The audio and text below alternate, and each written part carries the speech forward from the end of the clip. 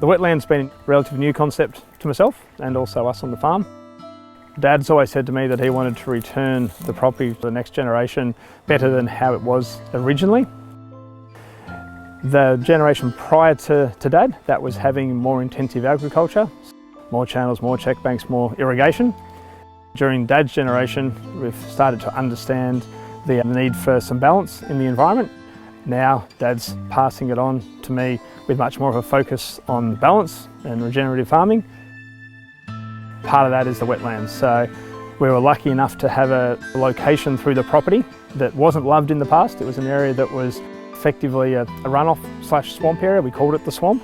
And over the course of the last half a dozen years, that started to be rehabilitated, and then being able to have some backing from the wetland group, we're able to then turn it into something which is much more ecologically friendly and available.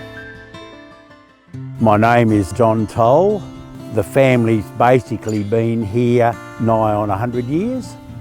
Still is a profitable farm, and we are trying to leave this farm in at least a good condition, if not better, with modern thoughts and technologies.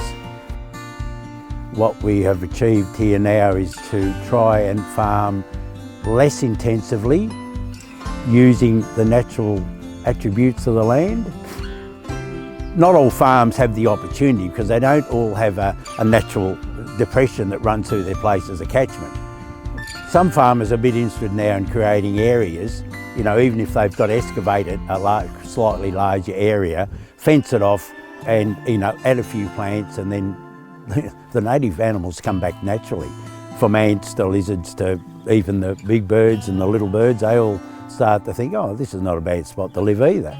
Here we are sitting on a log in a spot that we've created, and you'd swear this has been here for 100 years, but it's really only been here for about 15 years. So as a kid, we didn't ever really come to these parts of the property. We were up to the shearing shed, we were up around the paddocks where the sheep were, the areas with the high intensity agriculture areas. There are areas that Dad designated for tree corridors. They weren't even thought about really for beautification of the property, but more for removing some of the salinity, and also areas for the sheep to get some shelter. We have the breed of sheep called wilting poles that are shedding sheep.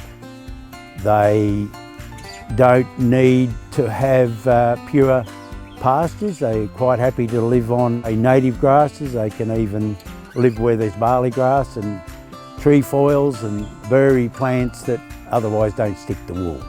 That means we have far less inputs. We don't get any wool off them, but we certainly get very good meat on them. There's a balance with all this stuff. You know, the wetlands and even planting trees, and we've planted, well, I think we're up to 70 or 80,000 plants on the farm in corridors, and we still haven't finished. But we need to make sure that that doesn't get out of control, because we still allow the corridors to be inhabited by sheep after they grow for 3 or 4 years, so the trees get up high enough that they're not going to damage them.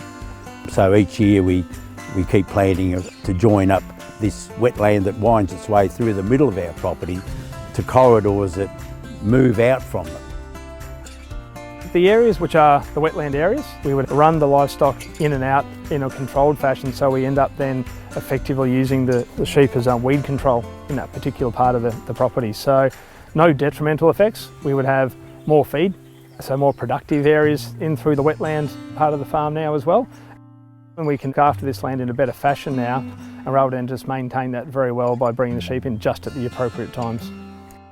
Years ago, these sort of areas, we thought, oh no, they're a jolly nuisance, you don't want them wet, you don't want kumbungi, and in the winter times years ago, when it dried out, you'd throw a match in it and burn it and all these sort of things that you grew up with. Because our parents, fathers and grandfathers, they weren't interested because they hadn't learnt about it.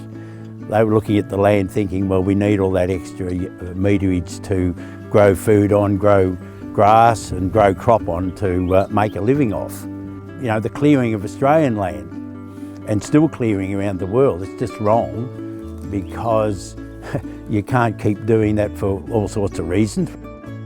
Too much carbon dioxide in the air and not enough greenery to absorb all this, and pump out the oxygen that we all need. There's a great, scientific story in that needs further and continual exploring.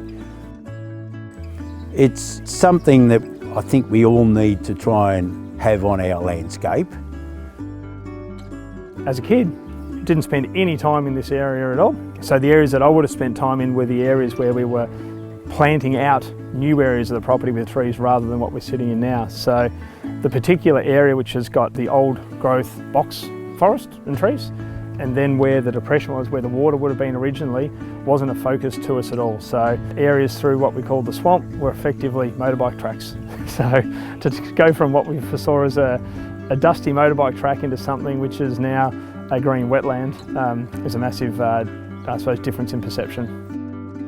Traditionally, on a property like Circle T, it was very much agricultural focused, even before the 4 generations of tolls that have been here. So the wetland area that we're rehabilitating would have originally run down into the creek system, the Gumbow Creek, and then run down into the Murray system. Through manipulation of the environment, this wetland doesn't now connect into any of the other tributaries. So where we are right now is effectively the end of the line for the water where it would traditionally have run, and the end of where the biodiversity would have run, so where the animals and so forth, which are water-based, would have been able to get to. This little area was probably one of the starts of the wetland experiment, if you like, because this was excavated about 15 years ago and, create the wetland, put a few logs on it for the insects and animals and lizards and this sort of thing. So you learn as you go, and as an older fellow now, I must admit to walk along our areas now is pretty special. And even while we're sitting here, you can hear small birds especially. Small birds have come back since we've created more trees and plants on this farm, no less in the wetland.